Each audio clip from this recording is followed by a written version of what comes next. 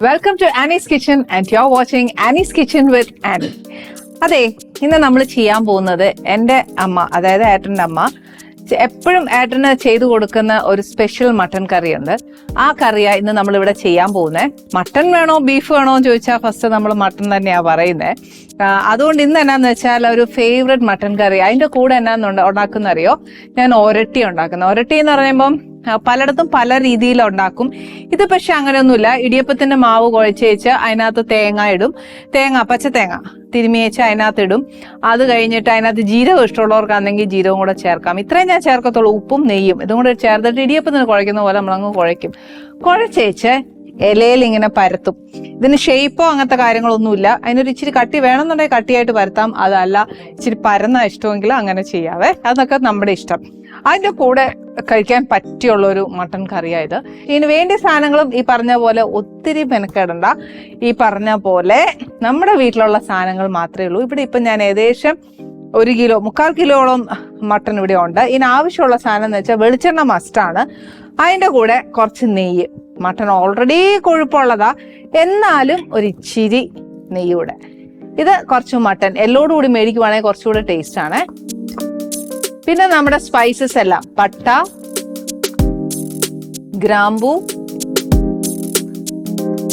ഏലക്ക, തക്കോലം,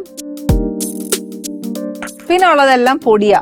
ഇത് കാശ്മീരി മുളക് പൊടി, ഇത് മല്ലിപ്പൊടി, ഇത് മഞ്ഞപ്പൊടി, ഇത് കുറച്ച് പെരിഞ്ജീരകം, കുറച്ച് കശകശ, പിന്നെ വേണ്ടിയത് കുറച്ച് കുരുമുളക്, ഇഞ്ചി, വെളുത്തുള്ളി, കുറച്ച് ചെറിയ ഉള്ളി, കുറച്ച് തക്കാളി വേണം. 1 കിലോയുടെ കണക്ക് പറയുകയാണെങ്കിൽ 4 മീഡിയം സൈസ് തക്കാളിയാണ്. ഇത് ഒരു മീഡിയം സൈസ് 4 ഉള്ളി വറുത്തെടുത്തേക്കുക. പിന്നെ കുറച്ച് മല്ലിയില, പിന്നെ എൻ്റെ ഫേവറേറ്റ് കറിവേപ്പില. ഇത്രയും തന്നെ ആവശ്യമുള്ളൂ. ഇനി ആദ്യം നമുക്ക് എന്നാ ചെയ്യേണ്ടത്? അടുപ്പ് കത്തിച്ച് വെച്ച് ഈ നെയ്യും വെളിച്ചെണ്ണയും 50-50 ബേസിസിൽ വേണം നമ്മൾ അതിനകത്തോട്ട് ചേർക്കാനായിട്ട്. ആദ്യം ഞാൻ കുറച്ച് നെയ്യ് ചേർക്കുക. ഇതിന്റെ കൂട്ടത്തില് കുറച്ച് വെളിച്ചെണ്ണ.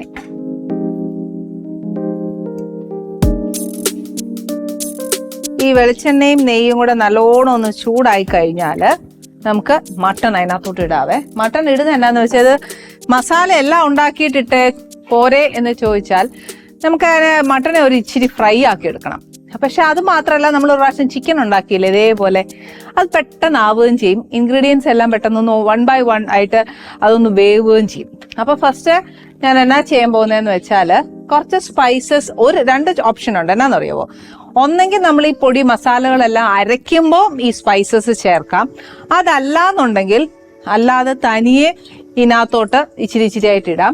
ഇനിയിപ്പോൾ ഞാൻ എന്ത് ചെയ്യാം, ഇതിനൊരു ടേസ്റ്റ് വരണമെന്നുണ്ടെങ്കിൽ ഇതിനകത്തോട്ട് തന്നെ നമ്മുടെ പട്ട ഒരു കഷ്ണം ഇട്ടു, ഗ്രാമ്പു ഒരു 3-4 എണ്ണം, പിന്നെ ഒരു 3-4 ഏലക്ക. ഏലക്ക ചിലർക്ക് ഒരുപാട് കൂടിയാൽ ഇഷ്ടമല്ല.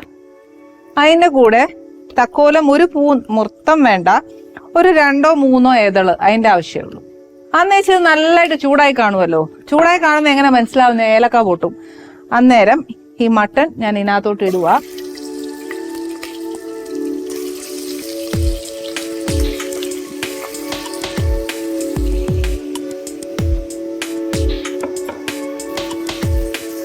ഇത് നല്ലോണം ഇതിനകത്ത് കിടന്ന് എല്ലാ ഇറച്ചിയും ഒരു പിങ്ക് കളർ അല്ലേ, അന്നേരത്തേക്ക് നമ്മൾ അതിനെ ഒന്ന് ഒരു വൈറ്റ് കളർ ആവുന്നവിടെ ഒന്ന് മൂപ്പിച്ചേക്കുക.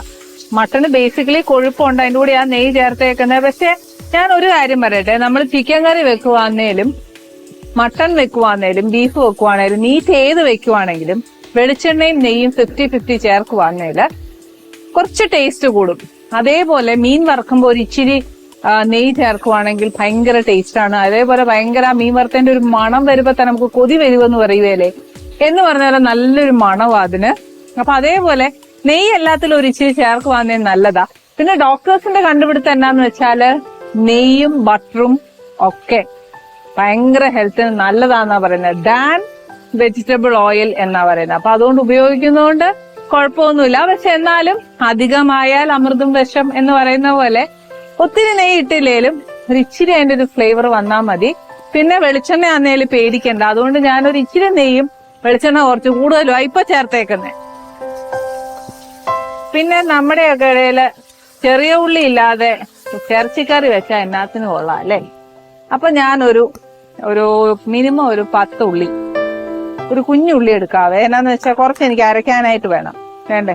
ഒരു പിടി, എന്റെ കൈക്ക് ഒരു പിടി, അതൊരു 10-12 ചെറിയ ഉള്ളി വരും. അതിനകത്തോട്ട് ഞാൻ അങ്ങ് ഇടുക.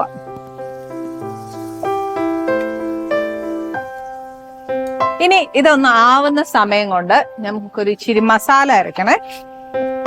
അതെന്നാക്കിയാന്ന് വെച്ചാല് കുറച്ച് മഞ്ഞപ്പൊടി, ഒരു 1/2 ടീസ്പൂൺ മഞ്ഞപ്പൊടിയാണ്. അന്നേച്ച എരിവ് അനുസരിച്ച് ഇതിപ്പോ കാശ്മീരി മുളക് പൊടിയാ, ഒരു 4 ടീസ്പൂൺ വെച്ചോ. 4 വേണ്ട, 3 തന്നെ മതിയാവും. ഇനി വേണ്ടിയത് കുറച്ച് മല്ലിപ്പൊടി. ഇപ്പൊ പൊടിയാവുമ്പോ അറിയാലോ, 3/4 സ്പൂൺ വെച്ചിട്ട് ഒരു 4 സ്പൂൺ എടുത്തേച്ചാ മതി. മല്ലി കൂടിയാലും കുത്തലുണ്ടാവും എന്ന് പറയും. അതുകൊണ്ട് ഒരു ഇച്ചിരി കുറച്ചെടുത്താൽ മതി. 4 പിടി മല്ലി എടുത്ത് പൊടിച്ചാൽ എത്ര വരും അതനുസരിച്ച് നോക്കിയാൽ മതി. പിന്നെ വേണ്ടിയത് കുറച്ച് പെരിഞ്ചീരകം ഒരു 1/2 ടീസ്പൂൺ. കശകശ കുറച്ച് കൂടുതൽ ഇട്ടോ, അതിന് നല്ല സ്വാദ് ഇറച്ചിക്ക്. എന്നാലും എല്ലാത്തിനും ഒരു എന്താ പറയുക, ആറ്റിക്കളഞ്ഞാലും അളന്നേ കളയാൻ പാടുള്ളൂ എന്ന് പറയും. അതുകൊണ്ട് ഒരളവ് ഇരുന്നോട്ടെ, ഒരു 2 ടീസ്പൂൺ വെച്ചോ. ഇതിപ്പോ 2 ടീസ്പൂൺ എടുത്തേക്കുന്നേ, അത് ഞാൻ ഇടുക. കാര്യം എന്നാന്ന് വെച്ചാൽ അതിനൊരു സ്വാദ് കൂടുതല. ഇനി വേണ്ടിയത് കുരുമുളക് പൊടിയല്ല, കുരുമുളകാ. അതുകൊണ്ട് ഒരു 10 എന്താ പറയാ, ഒരു 1/2 ടീസ്പൂണോളം വെച്ചോ. ഇനി ഇഞ്ചിയും വെളുത്തുള്ളിയും ഇതിനകത്തോട്ട് ഇടാനാ ഇഷ്ടമെങ്കിൽ അങ്ങനെ ചെയ്യാം. അതല്ല അരപ്പിന്റെ കൂടെ അരയ്ക്കാനാണ് ഇഷ്ടമെങ്കിൽ അങ്ങനെ ചെയ്യാം. ഞാനൊരു കാര്യം ചെയ്യാം, രണ്ടും മനസ്സിലാവാൻ വേണ്ടി 50-50 ബേസിസ് ഇടാം. ഇറച്ചി ആയതുകൊണ്ട് നമുക്ക് കുറച്ച് ഇഞ്ചിയും വെളുത്തുള്ളിയും ഒക്കെ ഇച്ചിരി കൂടുതൽ ഇരുന്നുകൊണ്ട് തരക്കേടൊന്നുമില്ല. പിന്നെ കുറച്ചും വെളുത്തുള്ളി ഇതിന്റെ ഒരു 50 ഇതിനകത്തും കുറച്ച് ഇതിനകത്തും. ഇതിന്റെ കൂട്ടത്തിൽ ഞാൻ ബാക്കി വന്ന ഉള്ളിയും കൂടെ അരയ്ക്കും. ആദ്യം ഇത്രയും ഒന്ന് പൊടിച്ചെടുക്കാം. ഇത് ഞാൻ പറഞ്ഞേ. ഇനി ഇതിന്റെ കൂടെയാ ആദ്യം നമ്മൾ കുക്കറിനകത്തോട്ടിട്ട പട്ട, ഗ്രാമ്പു, ഏലക്ക ഇതെല്ലാം കൂടെ പൊടിക്കണമെങ്കിൽ ഇതിനകത്തിട്ട് അരപ്പാക്കുകയും ചെയ്യാം.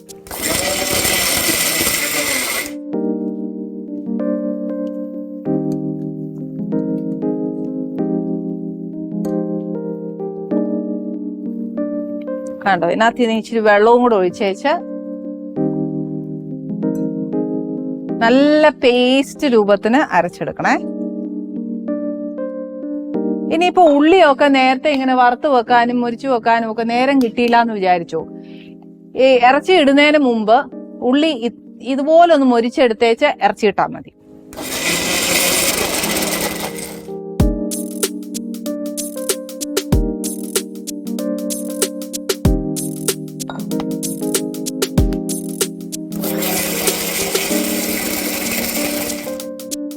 ധൃതിയില്ല, പതുക്കെ പതുക്കെ നമ്മൾ അരച്ചെടുക്കാവുള്ളൂ. ഇതിനകത്തോട്ട് നമുക്ക് വേണ്ട ഈ തക്കാളി ഇല്ലേ, ഞാൻ ഇതിനകത്തോട്ട് ഇടുക. ഇനി ഈ തക്കാളിയും ഇതിനകത്ത് കിടന്ന് അതും ഒരു ഗ്രേവി പരുവാവണം, എന്നാലേ ആ ഒരു ടേസ്റ്റ് ഉണ്ടാകത്തുള്ളൂ. ഈ സമയം കൊണ്ട് ഓർത്തോണം നമ്മുടെ മട്ടനും നല്ലതായിട്ട് ഒന്ന് എന്താ പറയാ, ആ മസാലകളൊക്കെ നല്ലതായിട്ടൊന്ന് പിടിക്കും. അപ്പൊ ഇതിനകത്തോട്ട് ഞാൻ ഈ തക്കാളി ഇട്ടു. ഇനി എന്നാ വേണ്ടിയെന്ന് വെച്ചാല് നമുക്ക് ഈ അരപ്പൊന്ന് മൂക്കണ്ടേ. ഈ അരപ്പ് സത്യം പറഞ്ഞാൽ നമ്മൾ പച്ചയ്ക്കാണ് എടുത്തേക്കുന്നത്. അപ്പൊ ഈ അരപ്പൊന്ന് മൂക്കാനായിട്ട് ഇതിനകത്തോട്ട് നമ്മൾ ഈ അരപ്പ് കൂടെ ചേർക്കുക.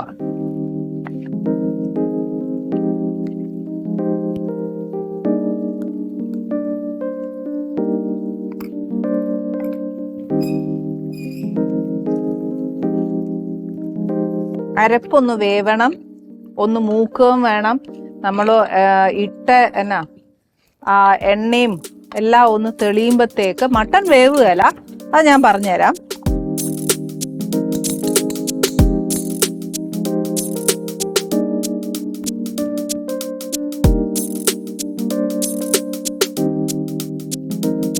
ഇതിനകത്ത് അരപ്പൊന്നും കളയല്, ഒരു ഇച്ചിരി വെള്ളവും കൂടെ ഒഴിച്ചേച്ച് അതിൽ ഒഴിക്കാം.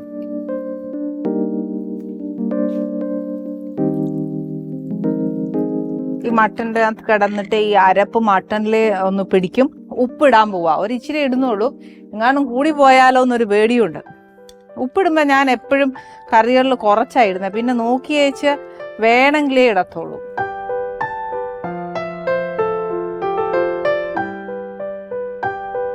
ഇതൊന്ന് ഇച്ചിരി എണ്ണ തെളിയുന്ന ഒരു ക്ഷമ നമ്മൾ ചെയ്തേ ഒക്കത്തുള്ളൂ. അതുവരെ നമുക്കൊന്ന് ഇത് ഇളക്കി കൊടുക്കാം. ഞാൻ ഒഴിച്ച അരപ്പ് എന്നാ ഇച്ചിരി വെള്ളം പോലെയായിരുന്നു, അത് കണ്ട് ഇപ്പൊ പറ്റി. ആ മസാലയൊക്കെ നല്ലോണം അതിനകത്ത് പിടിച്ചു. ഇനി എന്നാ ചെയ്യേണ്ടതെന്ന് വെച്ചാൽ സൈഡിൽ നിന്ന് കുറച്ച് എണ്ണ തെളിഞ്ഞു വരുന്ന സമയത്ത് നമ്മൾ എന്നാ ചെയ്യണം, ഈ വറുത്ത് വെച്ചേക്കുന്ന ഉള്ളി ഇതിനകത്തോട്ട് ഇടുക. അതായത് നമ്മൾ ബിരിയാണിക്ക് മേളിൽ വറുത്തിടുകയല്ലേ എന്ന് പറഞ്ഞ പോലെ അത്രയും മൂക്കണം, കരിഞ്ഞു പോകരുത്.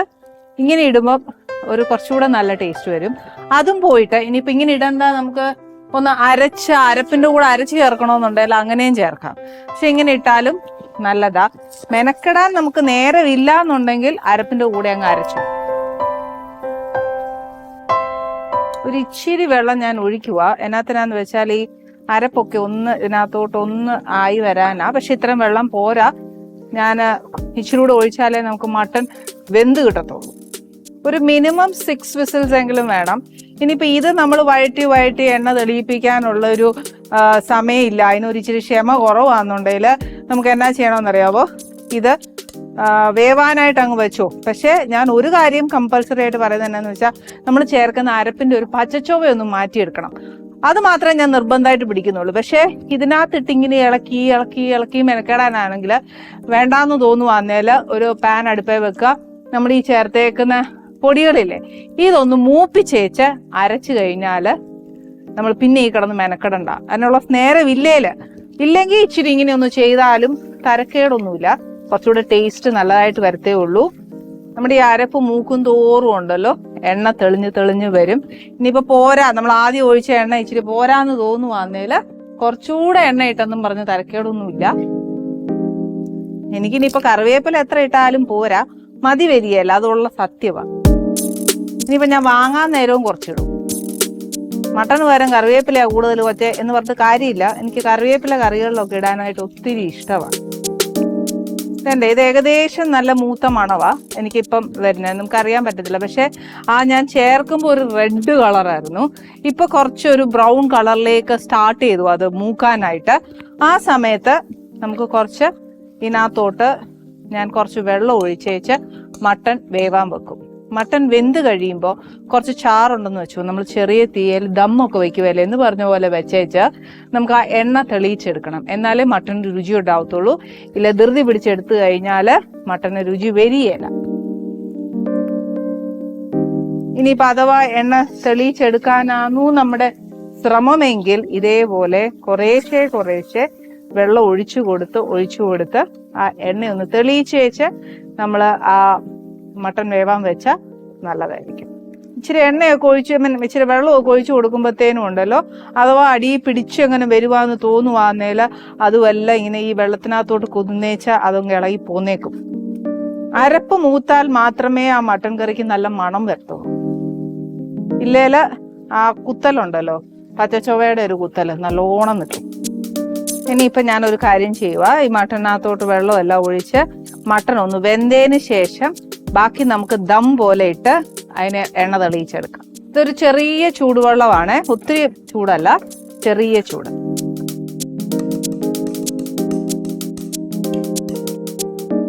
ഇനി ഇതൊന്ന് വേവട്ടെ.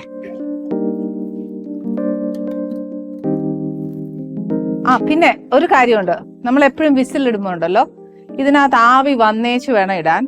ആവി വന്നു, ഞാൻ ഇടുക. ഇനിയിപ്പോ ഇതിന് ഞാൻ നല്ല ആവി വന്നപ്പോഴാ വിസിലിട്ടെ. ഇനി വിസിൽ എന്ന് പറയുമ്പോൾ ഒരു മിനിമം മട്ടൺ അല്ലേ, നല്ല വേവുണ്ടേ, ഒരു മിനിമം ഒരു 6 വിസിലെങ്കിലും നല്ലോണം വേണം.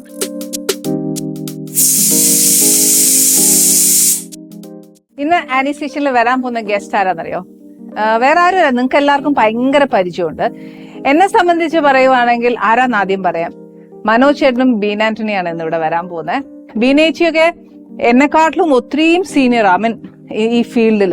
അവർ രണ്ടുപേരും നമ്മുടെ ആനീസ് കിച്ചണിൽ വരാൻ പോകുന്നത്. അവർ സീസൺ 1 ഉണ്ടായിരുന്നു, സീസൺ 2 ഉണ്ട്. അതാ പറഞ്ഞ ഒരു അനിയത്തിയോടുള്ള ഒരു കരുതലും സ്നേഹവും എപ്പോഴും അവർക്കുണ്ടാവും. അപ്പൊ അവർക്ക് ഓൾവേസ് ആനീസ് കിച്ചണിലേക്ക് സ്വാഗതം. നമുക്ക് അവരെയും കൂടെ ഇൻവൈറ്റ് ചെയ്യാം.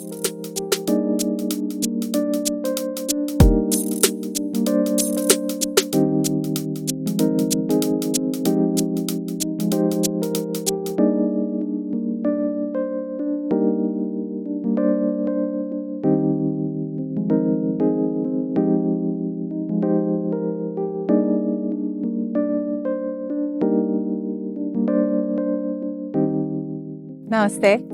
നമസ്തേ. ഭയങ്കര ഫോർമലായി പോ, വേണ്ടല്ലേ? ഒന്ന് മര്യാദക്ക് പറഞ്ഞു വേണം വേണ്ടേ. അതാ ആദ്യമായിട്ട് ചോദിക്കാം. നമസ്കാരം ഒരു മര്യാദയാണ്. എന്നാലും ആദ്യമായിട്ട് കാണുന്നവരോട്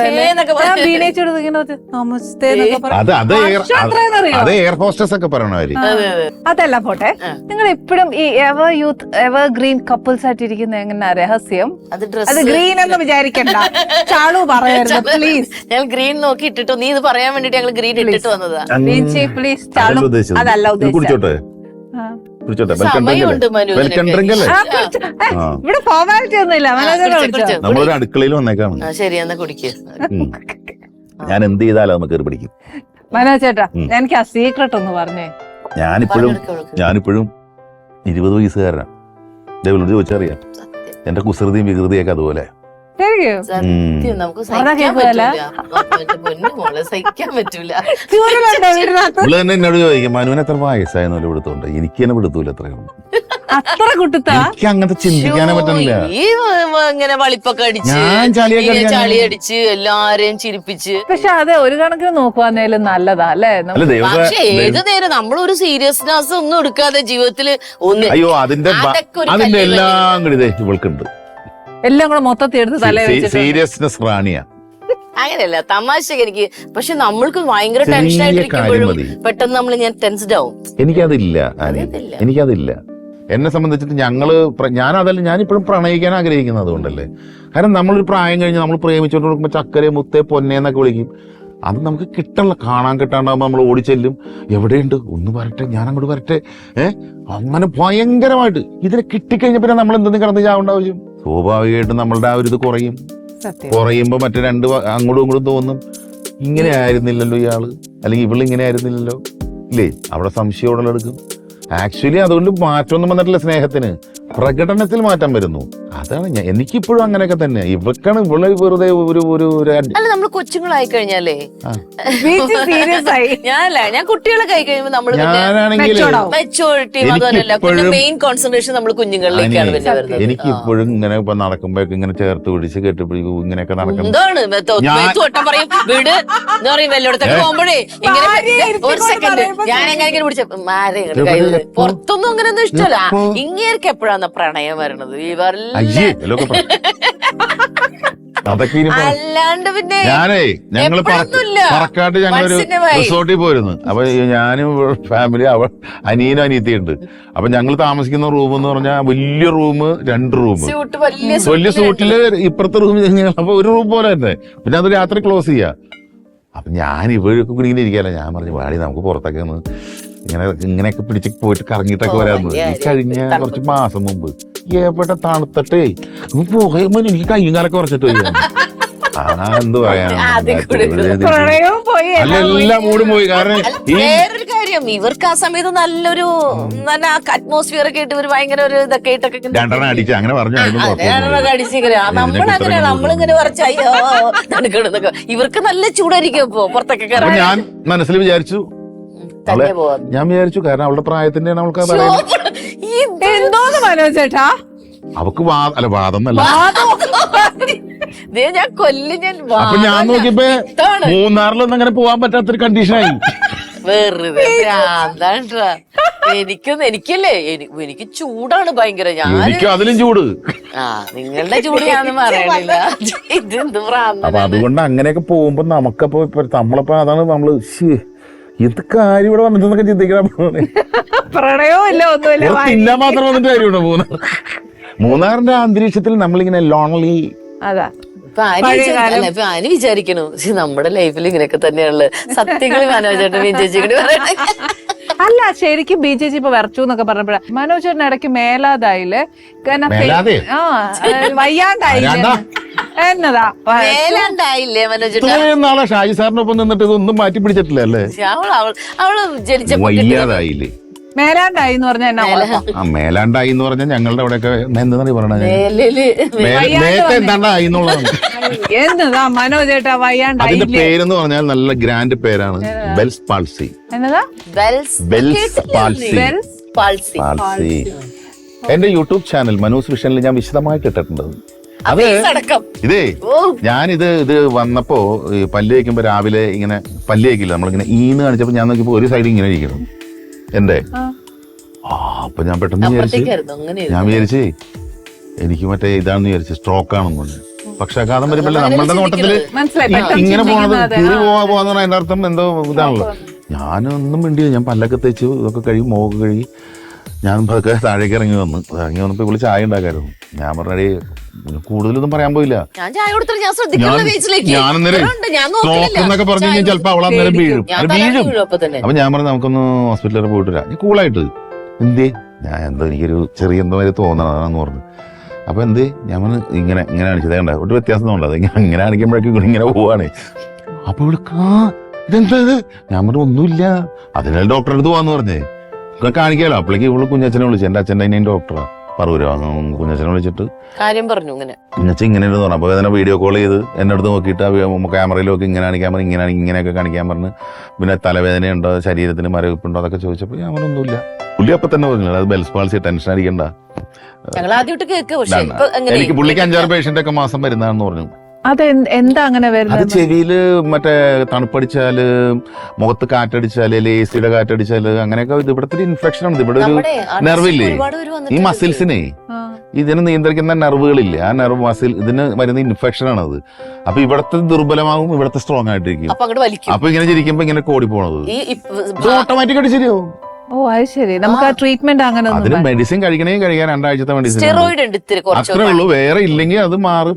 ഇത് ഒരുമാതിരി എല്ലാവർക്കും വരും. പിന്നെ ഇത് നമ്മളാരും പറയേണ്ട ആവശ്യമില്ല. ഞാനന്ന് പറയാൻ കാരണം എനിക്ക് പ്രഷറൊന്നും ഇല്ലാത്തവന് എനിക്ക് പ്രഷർ താഴണില്ല എന്റെ പേടിച്ചിട്ട്. എനിക്ക് ഇപ്പൊ ഒരാളിന്റെ അടുത്ത് പറയണത് നീ ഇന്ന് മരിക്കണോ അതോ 10 വർഷം കിടന്നിട്ട് മരിക്കണോന്ന് ചോദിച്ചാൽ ഇന്ന് കൊണ്ടുപോയിക്കോളാൻ പറയും. അപ്പൊ ഞാൻ നോക്കിയപ്പോ ഇതൊരു ജനങ്ങളിലേക്ക് എത്തിക്കണം. അങ്ങനെ ഞാൻ ആ മുഖം വെച്ചപ്പോ ഇവളൊരു അടുത്ത് ചീത്ത പറഞ്ഞു എന്തെന്നാ പറഞ്ഞു. ഞാൻ പറഞ്ഞു ഇതൊരു അവയർനെസ് ആണ്. പക്ഷെ എത്ര പേര്, ലക്ഷക്കണക്കിന് ആളുകൾ ആ വീഡിയോ കണ്ടിട്ട് എനിക്ക് അവര് വളരെ നന്ദി സൂചകമായിട്ട് പറഞ്ഞു. കാരണം ഇത് ഒരു അറിവാണ്. അപ്പൊ ഇത് ഇങ്ങനെ നമ്മൾ എന്തോ പ്രിക്കോഷൻ എടുക്കണം അങ്ങനെ വരാതിരിക്കാൻ? കാറ്റും AC ഞാനിപ്പോ ജലദോഷം എങ്ങനെ വരുന്നു, അത്രേ ഉള്ളൂ. ജലദോഷം നമുക്കിപ്പോ ഒരു ചുമ എങ്ങനെ വരുന്നു എന്നൊക്കെ ചോദിച്ചാൽ എന്ത് ഉത്തരം പറയാന്? പ്രഗ്നന്റ് ആയ ലേഡീസിൽ 15 വയസ്സ് പ്രഗ്നൻസി പീരീഡിൽ ലേഡീസിന് വരാൻ സാധ്യത കൂടുതൽ. പക്ഷെ ആ സമയത്ത് മെഡിസിൻ കഴിക്കാൻ പറ്റില്ല. അങ്ങനെ ആകുമ്പോൾ കുറച്ച് ചിലവരുടെ ഇങ്ങനെ നിൽക്കും, ചിലവരുടെ 2 ആഴ്ച, ചിലവരുടെ 1 മാസം, ചിലവരുടെ 2-3 മാസം കഴിഞ്ഞിട്ടായിരിക്കും ശരിക്കും മോൾഡ് പൊസിഷനിൽ എത്തുന്നത്. ശരിക്കും ഇതിന്റെ ഇടയിൽ എന്നൊക്കെ ചീത്ത കമന്റ്സ് ഒക്കെ വന്നല്ലേ? ബീൻ ചേച്ചി മനോജ് ചേട്ടനെ ഇട്ടിട്ട് പോയി, ഇതിന് അസുഖം വന്നപ്പോ ഞങ്ങൾ പിരിഞ്ഞു. അത് എത്ര വർഷമായിട്ട് വരുന്നത്? അല്ല ഇപ്പോഴും മനു എന്നെ പറഞ്ഞില്ലേ എന്നിട്ട് അങ്ങനെ എഴുതി. ഞാൻ ഇട്ടപ്പോ ഞാൻ അത് കഴിഞ്ഞിട്ട് കോവിഡ് വന്ന് രക്ഷപ്പെട്ടപ്പോഴും ഞാൻ അപ്പോഴും ഒരു വീഡിയോ ഇട്ടിരുന്നു. അന്ന് രക്ഷപ്പെടുത്തിയത് പൾസ് ഓക്സിമീറ്ററാ. ഫസ്റ്റ് ന്യൂമോണിയയും കോവിഡും കൂടി ഒരുമിച്ച് ഈ പാനിക് സിറ്റുവേഷൻ ആയിരുന്നു. അന്ന് ഹോസ്പിറ്റലൊക്കെ ഫുള്ള്, വെന്റിലേറ്റർ പോലെ ഇല്ല. ആ സമയത്ത് എന്റെ കുഞ്ഞച്ഛനാണ് അന്ന് രക്ഷകനായത്. കുഞ്ഞച്ഛൻ പറഞ്ഞ പൾസ് ഓക്സിജൻ, കാരണം ഇവള് ഹോസ്പിറ്റലിൽ പോവില്ല, എന്ത് ചെയ്താ മോൻ മരിച്ചിട്ട് കിടക്കായിരുന്നു. ഇവളുടെ ചിന്ത എന്താ ഹോസ്പിറ്റലിൽ പോയി തിരിച്ചു വരില്ലല്ലോ വീട്ടിലേക്ക്. അന്നെന്ന് പറഞ്ഞാൽ TV തുറന്നു കഴിഞ്ഞാൽ ആശുപത്രിയിൽ 30 പേര് മരിച്ച്, 25 പേര് മരിച്ചു. അങ്ങനെയൊക്കെ കേട്ടോണ്ടിരിക്കുന്ന ടൈം ഭയങ്കര. അപ്പൊ ഇവളോട് ഞാൻ പറഞ്ഞു എടി ഹോസ്പിറ്റലൈസ് ചെയ്യാണ്ട് പറ്റില്ല, എറണാകുളം മെഡിക്കൽ സെന്റർ. അപ്പൊ ഞാൻ എന്താ എനിക്ക് തിരിച്ചു വരാൻ പറ്റില്ല, ഞാൻ പോയിരിക്കും, നിങ്ങളെ കണ്ടോണ്ട് മരിച്ചാൽ മതി എന്നൊക്കെ. അങ്ങനെ ലാസ്റ്റ് കുഞ്ഞച്ചൻ പറഞ്ഞു ഇത് ഭയങ്കര പ്രശ്നമാണ്, ഇത് നോക്കണം എന്ന് പറഞ്ഞു ഓക്സിജൻ. അങ്ങനെ ഓരോ മണിക്കൂറിൽ വെച്ച് നോക്കിയപ്പോഴാണ് 90ക്ക് താഴെയിലേക്ക് ഇത് പോണു. കാരണം ഇത് പലപ്പോഴും ആളുകളുടെ മരണം ഉണ്ടായത് അങ്ങനെയാണ്, ഓക്സിജൻ കിട്ടാതെയോ. ഹാപ്പി ഹൈഡ്രോക്സി എന്നാ അതിന്റെ പേര്. അതായത് ശരീരം കാണിക്കും, ശരീരം ഓക്സിജൻ കുറേ കാണിക്കില്ല, ശരീരം ഹാപ്പി ആയിട്ടിരിക്കും. പക്ഷെ പെട്ടെന്ന് നമുക്ക് ശ്വാസം കിട്ടാണ്ട് പഴയും, എടുത്തോണ്ട് കൊടുക്കുമ്പോൾ വെന്റിലേറ്റർ ഉണ്ടാവില്ല, ഹോസ്പിറ്റലിൽ വേക്കൻസി ഉണ്ടാവില്ല, ആംബുലൻസിൽ തന്നെ കിടങ്ങി. അതാണ് ഒരുപാട് പേര് മരിച്ചു. അപ്പൊ ഇത് വെച്ച് നോക്കി നോക്കിയപ്പോ 90. പിന്നെ അപ്പൊ തന്നെ ഞാനും അപ്പൊ തന്നെ അവളെ റെഡിയാക്കി ഞങ്ങൾ ഹോസ്പിറ്റലിൽ ഇവളെ അഡ്മിറ്റ് ചെയ്തു. അഡ്മിറ്റ് ചെയ്തിട്ട് 3 ദിവസം 4 ദിവസം ഇങ്ങനെ നിൽക്കായിരുന്നു മുൾമുനയില്. ഇത് താഴെയില്ല ന്യൂമോണിയ. ഫുൾ ഇതായി പോയി. ഡോക്ടർ എന്നെ വിളിച്ചിട്ട് പറഞ്ഞേ, ശ്വാസം എടുക്കാണ്ടായിരുന്നു. എന്നെ ഡോക്ടർ സ്മിത ഡോക്ടർ വിളിച്ചിട്ട് ചേട്ടാ പറയാൻ പറ്റില്ല ചേട്ടാ ഇത് അയ്യോ. അങ്ങനെ പറഞ്ഞിട്ട് അടുത്ത്. കാരണം പെട്ടെന്ന് റൈസായി ഞങ്ങൾക്ക് ഒന്നും ചെയ്യാൻ പറ്റില്ല, വെന്റിലേറ്റർ ഇല്ല, എന്റെ വീട്ടിൽ ഒരു ഹോസ്പിറ്റലിൽ എറണാകുളം ജില്ലയിലില്ല. ഇവരെല്ലായിടത്തും അന്വേഷിച്ചു, ചേട്ടാ എവിടെന്നെങ്കിലും ഒപ്പിക്കാൻ പറ്റുമെന്ന് നോക്കണം. ഞാൻ ആരോട് ചോദിക്കാൻ? എറണാകുളം ജില്ലയിൽ അവർ തന്നെ അന്വേഷിച്ചു പല ഹോസ്പിറ്റലിലും. കാരണം പെട്ടെന്ന് വന്നാൽ മാറ്റേണ്ടതിലേക്ക്. ആലപ്പുഴ അപ്പോൾ തന്നെ എന്റെ കസിൻസ് ഇതൊക്കെ ഉണ്ട്, സിസ്റ്ററും അതൊക്കെ ഉണ്ട്. അവര് ഈ പറഞ്ഞ കുഞ്ഞച്ചന്റെ വീട്ടില് അവര് പല ഇപ്പൊ ഇത് ആ സമയത്തൊന്നും ഞങ്ങളുടെ വീട്ടിൽ ആരും അറിഞ്ഞിട്ടില്ല. എന്റെ വീട് കുഞ്ഞച്ചന്റെ വീട് മാത്രമേ അറിയാവൂ. എന്റെ സുഹൃത്തുക്കൾക്ക് ഒരൊറ്റ ആൾക്ക് അറിയില്ല. ഇവളുടെ സിസ്റ്റേഴ്സിനെ അറിയാം ഇവള് ഹോസ്പിറ്റലിലാണെന്ന്. ഒരാൾക്കും അറിയില്ലായിരുന്നു. വീഡിയോ ഇട്ടതിന് ശേഷമാണ് വീഡിയോ ഇട്ടത് രക്ഷപ്പെട്ടു വന്നതിന് ശേഷം രക്ഷിച്ചത് ഈ കുഞ്ഞനാണെന്നും പറഞ്ഞു. നിങ്ങൾ ഇനി ഇത് അലംഭാവം കാണിക്കരുത്. ഇരിക്കുന്നവർ ദയവ് ചെയ്ത് ഇത് വെച്ച് നോക്കണം. 90ന്റെ താഴേലേക്ക് അല്ലെങ്കിൽ 90 എത്തുമ്പോഴേക്കും നിങ്ങൾ ഹോസ്പിറ്റലൈസ് ചെയ്തേ പറ്റൂ, ഇല്ലെങ്കിൽ നിങ്ങളെ പിടിച്ചാൽ കിട്ടില്ല. 90ന്റെ താഴെ പോയ പൊട്ടയുന്നതായിരിക്കും അത് കുറഞ്ഞ 60ലേക്കൊക്കെ വരണം. 60ലേക്ക് പോയാൽ മരണം വരും. ശ്വാസം കിട്ടില്ല, നമുക്ക് എവിടെ നിന്നും ശ്വാസം എടുക്കാൻ പറ്റില്ല. വെന്റിലേറ്ററിന് പോലും രക്ഷിക്കാൻ ഇങ്ങനെ പറ്റില്ല. നിൽക്കും. അപ്പോഴാണ് ഈ മരിക്കുന്നത്. അപ്പോഴെനിക്ക് മനസ്സിലായി എങ്ങനെയാണ് ആളുകൾ മരിക്കുന്നത്. ഞാൻ അന്ന് മനസ്സിലായി. എനിക്കാണെങ്കിൽ ഈ PP കിറ്റ് ഇട്ട ആൾക്കാരെ മാത്രമേ ഉള്ളൂ. എനിക്ക് ആരുടെ മുഖമില്ല, സ്വന്തക്കാരില്ല. ഞാൻ ഒരു എനിക്ക് ഇറങ്ങിയപ്പോ സത്യം പറഞ്ഞ മനുവിനെയും കൊച്ചിനും ഒന്ന് കൈ പിടിക്കാൻ ഇങ്ങനെ അങ്ങോട്ട് എനിക്കങ്ങ് സഹിക്കാൻ വയ്യ. ഇവരൊന്ന് തൊടാൻ എത്രയോ ദിവസമായിട്ട് ഞാൻ തൊടാതെ കിടക്കുകയാണ്, 5 ദിവസമായിട്ട്. ഞാനൊന്ന് എനിക്ക് മോനൊക്കെ അങ്ങനെ പോയപ്പോ ഞാൻ ഓർത്തത് ഈശ്വര ഇനി ഒരിക്കലും എനിക്ക് കൊച്ചിനെ കാണാൻ പറ്റില്ല എന്ന് ഓർത്ത് ഞാൻ ഇവരൊന്നും എന്നെ ഒന്ന് പിടിച്ചിരുന്നെങ്കിൽ എനിക്ക് ഭയങ്കര ആഗ്രഹം. അറിയാമോ, ഇവളിപ്പോ ഹോസ്പിറ്റലിലേക്ക് ഇറങ്ങണം. ഞാനാ കൊണ്ടുപോയത്, ഞാൻ ഒരുമിച്ച കിടന്നത്. എനിക്ക് വന്നില്ല, ഞങ്ങൾ 2 ഇവർക്കൊന്നും വന്നില്ല. ഇവള് റൂമിൽ വേറെ കിടക്കാന്ന് പറഞ്ഞപ്പോ ഞാൻ പറഞ്ഞു വേണ്ട. കാരണം എങ്ങനെ രാത്രി എങ്ങനെ വല്ല ശ്വാസം കിട്ടാതെ വരുമോ, വല്ല തലകർമ്മ നമ്മൾ അറിയില്ലല്ലോ. കാരണം താഴെ റൂം ഞങ്ങൾ മുകളിലല്ലേ കിടക്കണേ. ഞാൻ പറഞ്ഞു എന്തെങ്കിലും വരണമെങ്കിൽ വരട്ടെ, നീ മുകളിൽ തന്നെ ഇറക്കാൻ പറഞ്ഞു. ബീഞ്ചേച്ചി ശരിക്കും നമ്മുടെ ഈ സിനിമ ഫീൽഡില് മഞ്ജു വാര്യർ ഭയങ്കര സൂപ്പർ സ്റ്റാർ ആയിരുന്നു. ആ സമയത്ത് ബീഞ്ചേച്ചി സീരിയലില് ഭയങ്കര സൂപ്പർ സ്റ്റാർ ആയിരുന്നു. എല്ലാ മിക്ക സീരിയലിലും ഭയങ്കര നായികയായിട്ട്. ടിനി ടോം എവിടെ കണ്ടാലും പറയും ബീന ആന്റണി എന്ന് പറഞ്ഞാൽ സീരിയലിലെ മഞ്ജു വാര്യർ. അല്ല ശരിക്കും ഇത് ഇത്രയും ഒരു ബിസി ഷെഡ്യൂൾ എങ്ങനെ മാനേജ് ചെയ്തു? അപ്പോഴോ വേറെ ഒന്നുമില്ലല്ലോ, അന്ന് കല്യാണം കഴിച്ചിട്ടില്ലല്ലോ. ആ ഹീറോയിൻ കാലഘട്ടം ഒരു 15 വർഷം ഞാൻ കല്യാണം കഴിച്ചിട്ടില്ല. അതിനുശേഷം അപ്പൊ എന്ന് പറഞ്ഞാൽ ഞാനും എന്റെ അമ്മച്ചി കൂടെ അങ്ങോട്ട് ഇങ്ങനെ പോയിക്കോ, ഒരു ലൊക്കേഷൻ ടു ലൊക്കേഷൻ. നമുക്ക് ക്രിസ്മസ് ഇല്ല, ഓണം ഇല്ല, ഒന്നുമില്ല, എല്ലാം നമ്മുടെ ലൊക്കേഷനിലായിരുന്നു അന്ന്. കല്യാണത്തിന് ശേഷം നമ്മള് ഫാമിലി ആയില്ലേ. പിന്നെ മനു ലൈഫിലേക്ക് അതെ ഞങ്ങള് അതെ അതെ അതെ അതെ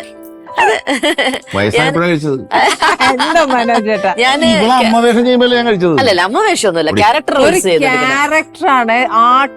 ഞാന് ഇന്ദുലേഖ എന്ന് പറഞ്ഞത് അമ്മയായിരുന്നു. ഞാനും സംഗീത മോഹനും അല്ല ആ കല്യാണ സമയത്തായിരുന്നു ആ സീരിയല്. ഉറുദു കൂടെ അടിച്ചു. ഇന്ദുലേഖ ഞങ്ങളുടെ ടൈറ്റിൽ റോള്, ഞാനും സംഗീതയും ഇന്ദുവും ലേഖയും. അവിടെയാണ് കല്യാണം നടക്കുന്ന ലൊക്കേഷനാണ്. കല്യാണം കഴിച്ചോടി നായിക പദവിയും പോയി. അല്ല അത് തന്നെ മനോജേട്ടാ. അല്ല അത് അങ്ങനെയല്ല, പിന്നെ ഭയങ്കര ഹെവി ക്യാരക്ടറായി, ഭയങ്കര വെയിറ്റ് ആയി പിന്നെ ക്യാരക്ടർ. സത്യം. പക്ഷെ ബീഞ്ച് ചെയ്ത എല്ലാ ക്യാരക്ടറും ഒരേപോലത്തെ ആയിരുന്നല്ലേ മിക്കതും. കരച്ചിലായിരുന്നു. അല്ല അതിനുശേഷം ചാരുലതയൊക്കെ വന്നതിന് ശേഷം ഭയങ്കര മാറിപ്പോയില്ലേ. എനിക്ക് എന്റെ വേറൊരു മുഖമായിരുന്നു. പിന്നെ അതുവരെ ഇങ്ങനെ ഏത് നേരം നോക്കിയാലും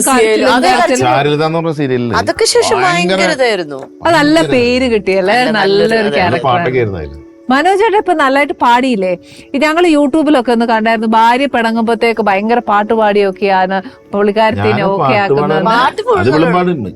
പിന്നെ ബീനേച്ചി പാടും, ഒരു നല്ല പാട്ട് പാടും മനു. ശരിക്കും ബീഞ്ചി പിണങ്ങുമ്പോ ഇങ്ങനെ പാട്ട് ഏത് ബീഞ്ചിക്ക് ഇഷ്ടമാണ്?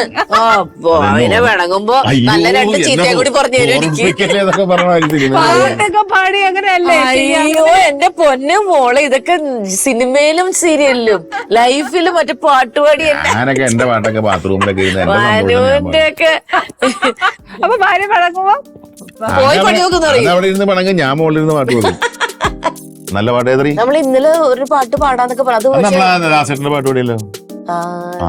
ഞാൻ ഇന്നലെ വെറുതെ ഒരു പാട്ടേ, വെറുതെ യൂട്യൂബിൽ എന്റെ ഒരു കരോക്കെ പകുതിയുള്ളൂ കേട്ടോ. അത് ഇപ്പൊ എല്ലാവർക്കും കഷ്ടം അല്ല, അതിൽ പകുതി ഇപ്പൊ ഇടാറുള്ളൂ. ഈ യൂട്യൂബുകാർ ഇപ്പൊ അങ്ങനെ ഒരു പറ്റിക്കലുണ്ട്. കുറച്ച് കാശ് കൊടുത്ത് സിസ്റ്റത്തിന് മ്യൂസിക് വാങ്ങണം. ഉണ്ടാവില്ല. പിന്നെ അവന്മാരുടെ അടിയിൽ നമ്പർ ഉണ്ട്, അവിടെ വിളിച്ചിട്ടാ കാശ് കൊടുത്ത് വാങ്ങിക്കണത്. അപ്പൊ ഞാൻ ആ പാട്ട് പാടിയപ്പോ മനു ഈ പാട്ട് മനു എവിടെയെങ്കിലും ഒക്കെ പാട്, നല്ല രസമായിട്ട് പാടിയിട്ടുള്ളത് പറഞ്ഞത്. അന്ന് ആ പാട്ട് തന്നെ പാടാം. പാട്. കാലം ഒരു പുലർക്കാലം കുളിരല തേടും കിളികുലജാലം, സുരഭിലകാലം ഒരു പുലർക്കാലം കുളിരല തേടും കിളികുലജാലം, മംഗമാരും മല്ലാക്ഷിമാരും ഇടംബലം തിരിഞ്ഞൊരു നടനത്തിൻ ചുവടു വച്ചു പുന്തിരളുന്നുള്ളുന്ന കാലം, ഒരു പുലർക്കാലം കുളിരല തേടും കിളികുലജാലം, സുരഭിലകാലം ഒരു പുലർക്കാലം കുളിരല തേടും കിളികുലജാലം. ക്ഷീണിച്ചു പോയി. ഇത്രയും പഠിപ്പിച്ചു പോയോ? ആ, ഇത് പക്ഷെ എനിക്ക് ഒരു കാര്യം മനസ്സിലായിട്ടോ, ബീഞ്ചി അഥവാ പിണങ്ങിയിരുന്നാലും ഇനിയിപ്പോ മനോജയുടെ പിണങ്ങിയിരുന്നാലും ഒരു പാട്ട് മതി കേട്ടോ, ഈ ബാക്കി ഇങ്ങനെ വരാൻ വേണ്ടി. സത്യം നല്ല പാട്ട്. ഇപ്പൊ ഞാൻ വഴക്കിട്ടിരിക്കുന്നു വിചാരിച്ചോ, ഇപ്പൊ ഇങ്ങനെ കേറിയിട്ട് സ്റ്റേജില് ഇപ്പൊ ഒരു പ്രോഗ്രാം നടക്കുന്നു, നല്ല പാട്ട് പാടുമ്പോ എനിക്കൊന്ന് താങ്ങാൻ കൂടെ പാടാനും എനിക്ക് മിണ്ടാൻ തോന്നുന്നു. അപ്പൊ correct. പിന്നെ വഴക്കിന് അവിടെ ഒരു പ്രസക്തിയില്ല, മറന്നുപോയി പാട്ടിന്റെ മുന്നില്. അല്ല അങ്ങനെയൊക്കെ ഒരു അറിയാട്ടോ അത്. എന്നിട്ട് വെച്ചിട്ട് ഞാൻ വഴക്കിട്ടൊക്കെ ഇരിക്കുമ്പോൾ സ്റ്റേജിൽ കയറുമ്പോ എനിക്ക് ഇഷ്ടമുള്ള പാട്ട് തന്നെ എടുത്തിട്ട് പാടിക്കളെ, എന്തിനറിയോ അപ്പോഴും മിണ്ടട്ടെ. പക്ഷെ അതൊക്കെ നല്ലതല്ലേ, എന്നത്തിനല്ലേ ഒത്തിരി നേരമൊക്കെ പിണങ്ങിയിരുന്നേ ചേന്നാ. എന്നാച്ചെന്നൊക്കെ പറയാം, സ്വഭാവം മനസ്സിലല്ലേ. എന്നെ എന്റെ അറിയിലിട്ട് കൊല്ലല്ലേ. ബീച്ചിക്ക് അത് കേൾക്കാൻ ഇഷ്ടമായിരിക്കും അല്ലേ? ബീച്ചിയോ? അവളങ്ങനെ പണ്ട് വിളിച്ചിട്ടുണ്ട്. കുഴപ്പമില്ല, കുഴപ്പമില്ല. ചേച്ചി ഇല്ല ബിഞ്ചി ബിഞ്ചി അവളെന്നെ പണ്ട് വിളിച്ചിട്ടുണ്ട്. ബിഞ്ചി ഫുഡ് വന്നല്ലോ. ഇനി ആനിക്കുള്ള പാട്ട് ഒരു സർപ്രൈസ് ആ സർപ്രൈസ് ഉണ്ട്. വിളമ്പുമ്പോ പാടുവാ. ചട്ടി പിടിച്ചോ. ആനിപ്പെണ്ണേ ബാവാ ടോടോടോടോടോ ആട്ടിൻ കറിയായി വാവാ ആനിപ്പെണ്ണേ വാവാ ആട്ടിൻ കറിയായി വാവാ അമൃതയിൽ തിളങ്ങുമീ അടുക്കള റാണി കൈലാസിൽ വിളങ്ങുമീ ചിത്രവിളക്കേ നീ വാ നീ വാ. ചേട്ടാ ആ, ഇപ്പൊ ഉണ്ടാക്കിയതാ. അപ്പൊ ഇന്നലെ പറഞ്ഞോണ്ടിരിക്കണ്ട, ഇപ്പൊ ഈ കൈലാസൊക്കെ ഇപ്പൊ കയറിയതാ. ആനീസ് കിച്ചന്റെ ടൈറ്റിൽ സോങ് ആയിട്ട് നിന്റെ റൈറ്റ്സ് ഞാൻ എഴുതുന്നതായിരിക്കും. അതെ അതെ. എല്ലാ എപ്പിസോഡിലും ഇതിട്ടുള്ളൂ. Thank you. ഒരു വലിയൊരു ഗിഫ്റ്റ് കേട്ടോ, എനിക്ക് ഭയങ്കര സന്തോഷം തരും. ചേട്ടൻ പാടുന്ന പോലെ ഞാനിത് മനുവിനെ കൊണ്ട് പാടിച്ചിട്ട് നിനക്ക് അയച്ചു തന്നേക്കാം. എനിക്ക് അയച്ചു ഞാനിത് ഇങ്ങനെ എനിക്ക് ഇൻസ്റ്റന്റ് പാരഡി മേക്കിംഗ് ഉണ്ട് ഇടയ്ക്കിടയ്ക്ക്. ഇടയ്ക്ക് പാടും. ദൈവമേ എനിക്ക് സന്തോഷമായി, ഇനി മനസ്സ് നിറഞ്ഞു. ഞാൻ പറഞ്ഞിട്ട് ഇങ്ങോട്ട് വിളമ്പിക്കോ. എന്താ സംഭവം? മട്ടൺ മട്ടൺ, അതായത് ഏട്ടന്റെ അമ്മ ഉണ്ടാക്കുന്ന ഒരു മട്ടൻ കറി. അപ്പൊ ഒരു പണ്ടത്തെ കാലത്തൊക്കെ നാടൻ സാധനം. കേട്ടമ്മ മട്ടൻ. ഓക്കെ. നീ ഇതിന്റെ അകത്ത് എനിക്കൊരു കുറച്ച് കാര്യം ചോദിച്ചിട്ട് എന്റെ ഒരു ഇവളുടെ ഏട്ടന്റെ അമ്മയുടെ ഒരു കാര്യം കൂടി പറയാനുണ്ട്. എന്താണ്? അത് ഇടാൻ പറയാം. ആ ഏട്ടന്റെ അമ്മയുടെ കാര്യം പറയൂ. കട്ട് ചെയ്തില്ലേ ഇത്? മനോജേട്ടാ ചെറിയൊരു പീസ് കിലുക്കത്തിലെ തിലകഞ്ഞേട്ടൻ്റെ അരി ഒരു ഒലക്ക കിട്ടൂ, അടിച്ചു തല്ലിക്കൊല്ല. മതി. ഇതല്ലേ എന്റെ സാധനം? അതെ, മറ്റു സാധനമല്ലേ മനോജേട്ടാ? കുറച്ചുകൂടെ അഭിനയിച്ചോ? ഇതിന്റെ പറയണ പേര് പറ. അത് ശരിക്കും ഞാൻ പറയട്ടെ. അയ്യോ, ഞാൻ വയനാട്ടിൽ പോയപ്പോ കഴിച്ച സാധനം. അല്ല ഇതിന് നെയ്പത്തിരി അല്ലെങ്കിൽ എന്താ ടയർ പത്തിരി. ഇത് പക്ഷെ ട്രിവാൻഡ്രത്തൊക്കെ ഒരട്ടി പറയും. ഇത് പക്ഷെ ഇത്രയല്ല, ഇച്ചിരി കൂടി ഒന്ന് കട്ടി കുറവാണ്. ഇത് കോഴിക്കോട് ഭാഗത്ത് ഒരു കാര്യം പറയും. അങ്ങനെ പലയിടത്തും പല ഇതാ പറയാ. ഏട്ടന്റെ അതും ഏട്ടന്റെ അമ്മയെ പഠിപ്പിച്ച് ശരിക്കും ഇതൊക്കെ ഉണ്ടാക്കാം. അല്ല, എനിക്ക് ബീജ് ഒന്നും അറിയാമെന്നല്ല. ഞാനും ആലോചിച്ചു, അന്ന് ഒന്നും അറിയാത്ത കൊച്ചിത് എങ്ങനെ ഇത്ര ശരിക്കും കല്യാണം കഴിഞ്ഞ ശേഷമാണ് കംപ്ലീറ്റ് എന്നെ അമ്മയെ പഠിപ്പിച്ചത്. അതെയല്ലേ? ആദ്യ ഗുരു എന്നൊക്കെ പറയുന്ന അമ്മയാണ്. പിന്നെ നമ്മുടെ ഈ ഒരു രുചി തേടിയുള്ള ഒരു ഇൻട്രസ്റ്റ് ഉണ്ടല്ലോ, അതാണ്. അപ്പൊ നമ്മൾ പലതും നോക്കി റെഫർ ചെയ്തല്ലേ. ഇതെല്ലാം കംപ്ലീറ്റ് അമ്മയാണ് അടിസ്ഥാനം. ചേട്ടാ അത്രയും പേടിക്കണ്ട. അല്ല പ്രാർത്ഥിച്ചേച്ച് കഴിച്ചതല്ല, ഞാൻ ആദ്യം ഒന്ന് പേടിച്ചു പോയി കേട്ടോ. വേറൊന്നുമില്ല, സത്യം. അത് നല്ലൊരു ദൈവത്തിന് നന്ദി പറയണത്. പിന്നെ തീർച്ചയായിട്ടും ഇത് പോയിട്ടൊരു ഒരു ശുദ്ധജലം പോലും കഴിക്കാൻ കിട്ടാത്ത എത്രയോ പേര് ലോകത്തുണ്ടെന്നറിയാം. സത്യം ദൈവത്തിന് നന്ദി പറയണ്ടേ. സത്യം. പിന്നെ ഇത് മരണം വരെ നമുക്ക് കഴിക്കാനുള്ള ഭാഗ്യം തരണമെന്ന് പ്രാർത്ഥിക്കണം. എന്റെ അമ്മച്ചിയുടെ അപ്പച്ചനെ അപ്പൂപ്പൻ ലോകത്തുള്ളവർക്ക് അയ്യോ ഇങ്ങനെ ഇരുന്ന് കുറേ നേരം പ്രാർത്ഥിച്ചിട്ട് എന്റെ അപ്പൂപ്പൻ കഴിക്കുള്ളൂ. അത് മനു ഞങ്ങൾ കല്യാണം കഴിച്ചു വരുമ്പോ മനു പറയും കണ്ടോടി സുരേഷ് ചേട്ടനും പ്രാർത്ഥിച്ചിട്ടല്ലേ കഴിക്കുള്ളൂ. അത് സത്യം. അനിക്കൊച്ചേ നന്നായിണ്ടേ. അതാ ക്രെഡിറ്റ് അമ്മയ്ക്ക് കൊടുക്കണം. അപ്പൊ മനോജേട്ടാ പോരട്ടെ പോരട്ടെ പോരട്ടെ. നല്ല മസാലയൊക്കെ നല്ല ഒന്നാമത്തെ കാര്യം എനിക്കിതിന്റെ മട്ടൺ ഒന്നും വീക്ക്നെസ്സാ. ഭയങ്കര ഇഷ്ടമാണ് മട്ടണേ മനുവിന് ഇത്ര എന്തൊരു എപ്പോഴും കഴിക്കാൻ പേടിയാവും, അതുകൊണ്ടാ. മട്ടൺ നല്ലതല്ലേ ആക്ച്വലി ബീഫിനെയും ചിക്കനെക്കാട്ടിലും നല്ലത് മട്ടൺ. അല്ലേ? അത്രയില്ല, ഇത് സേഫ് ആണെന്നാ പറയുന്നത്. നമ്മൾ അത്രയും ഫാറ്റ് ഇടണ്ടല്ലോ, ഫാറ്റ് ചെത്തിക്കളഞ്ഞേക്ക. മനോജ് ചേട്ടാ ഡബിങ് ഒരുപാട് ചെയ്തിട്ടില്ലേ? മനോജ് ചേട്ടൻ ഒരു ആർട്ടിസ്റ്റ് ആയിട്ട് വരാൻ ഇഷ്ടമുള്ള ഒരു വ്യക്തിയാണ് ആസ് എൻ ആക്ടർ. പിന്നെ ആണെങ്കിൽ ഡബിങ്ങിലേക്ക് കുറെ തിരിഞ്ഞു. അതന്നെ അങ്ങനെ പെട്ടെന്ന്. അതാണ് ഞാൻ നേരത്തെ ഒരു കാര്യം പറഞ്ഞില്ലേ, ഞാൻ ദൈവം കൊടുത്തത് അറിയില്ല, അറിയാതെ വന്നത്. നമ്മൾ പ്രതീക്ഷിക്കാത്ത തലങ്ങളാണത്. മനുവിന്റെ ശബ്ദം കേട്ടിട്ട് ആരോ വിളിച്ചതെന്ന് വെച്ചാല് ചിരഞ്ജീവിക്ക് അവിടുത്തെ ഫസ്റ്റ് പടം ആദ്യമായിട്ട് മലയാളം ഡബ്ഡ് ഒരു പുള്ളിയാണ് വിളിച്ചിട്ട് പറഞ്ഞു. അപ്പൊ പുള്ളി എന്റെ സീരിയൽസ് കണ്ടിട്ട് എന്റെ ശബ്ദം അങ്ങനെ കണ്ടിട്ട് ഇഷ്ടപ്പെട്ടാണ്. അപ്പൊ ഡബ് ചെയ്യുമെന്ന് ചോദിച്ചെന്റെ അടുത്ത്. ഞാൻ ചെയ്തിട്ടില്ല. സീരിയലിൽ ഞാൻ മാത്രം എന്റെയാണ് ചെയ്യുന്നത്, വേറെ മനോജ് ചേട്ടനെ മാത്രം ഞാൻ അല്ല. അപ്പൊ ഇതിങ്ങനെ ഒരു സംഭവം ഉണ്ട്, ചെയ്യാമോ? നമ്മൾ അതൊക്കെ നോക്കാന്ന് പറഞ്ഞുള്ളൂ, എനിക്ക് അറിയില്ലല്ലോ. ഒന്നാമത്തെ തെലുങ്ക് പടം. പിന്നെ ഞാൻ അവിടെ ചെന്ന് നോക്കിയപ്പോ കുഴപ്പമില്ല, കുറച്ചൊക്കെ അഡ്ജസ്റ്റ് ചെയ്തൊക്കെ പോയി അത് ചെയ്തു. ചെറിയൊരു കാശ് കിട്ടി, കൊള്ളാലോ. പിന്നെ അങ്ങനെ വന്നപ്പോ നമ്മുടെ ഒരു സുഹൃത്ത് ഡയറക്ട് ചെയ്ത പടം ഉണ്ടായിരുന്നു, പ്രശാന്ത് എന്ന് പറഞ്ഞ ഭഗവാൻ എന്ന് പറഞ്ഞു, ലാലേട്ടനെ വെച്ച് 24 hours. അതിലൊരു വില്ലൻ ഉണ്ടല്ലോ, മറ്റേ എന്താണ് ഡാനിയൽ മരിച്ചുപോയി.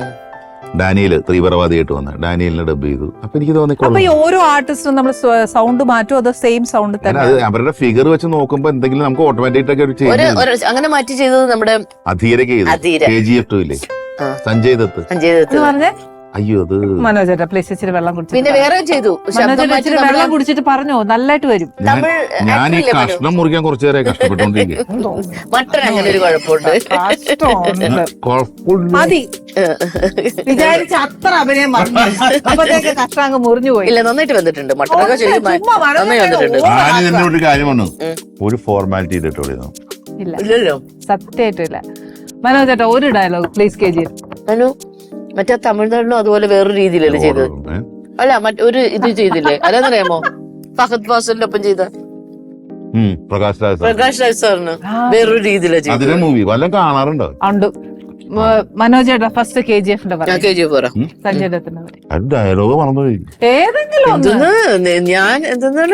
ഞാൻ എന്തെന്നാണ് അയ്യോ ഡയലോഗ് ഭയങ്കര ഒരു പ്രത്യേക ഡയലോഗ്. ഞാൻ എന്തെന്നാണ് ഒന്നും ഓർമ്മയില്ല. കഴുകൻ അങ്ങനെ എന്തോ സാധനം ശങ്കരു ഉണ്ടായിരുന്നു. ഇപ്പൊ കണ്ണം പറഞ്ഞു കൊടുത്തതിന് കൃത്യം കൊച്ചിനറിയാം. കഴുകൻ ശബം എന്തൊക്കെയോ പറഞ്ഞിട്ട് അയ്യോ മറന്നുപോയോ? അല്ല അപ്പൊ ശരിക്കും രണ്ടും എല്ലാ ദിവസം പുലിമുരുകന്റെ മന ഇപ്പോഴും പറയുമല്ലോ, അപ്പൊ അതെങ്ങനെയാ? അത് പിന്നെ കുഴപ്പമില്ല. അത് പറഞ്ഞേ പുലിമുരുകന്റെ ഡാഡി ഗിരിജ അത് പറഞ്ഞേ. അതറിയില്ലേ നിനക്ക്? അതറിഞ്ഞോട്ടോ ഡാഡി ഗിരിജ പറഞ്ഞില്ല. അതിന് മനുവാണ് അത് പറയും മട്ടമാലിട്ട് പറയാനുള്ള കറക്റ്റ് ആയി. എന്റെ മനോജ് ചേട്ടാ ഞാൻ ഒരു കാര്യം മനോജ് ഓറു തലയിൽ ബുദ്ധിയും അതിനൊത്ത ശക്തിയുമുള്ള ആറുമുഖനാണവൻ. പക്ഷെ മുരുക, നീ കളിക്കുന്നത് ഡാഡിയോടാ. ഡാഡി ഗിരിജ.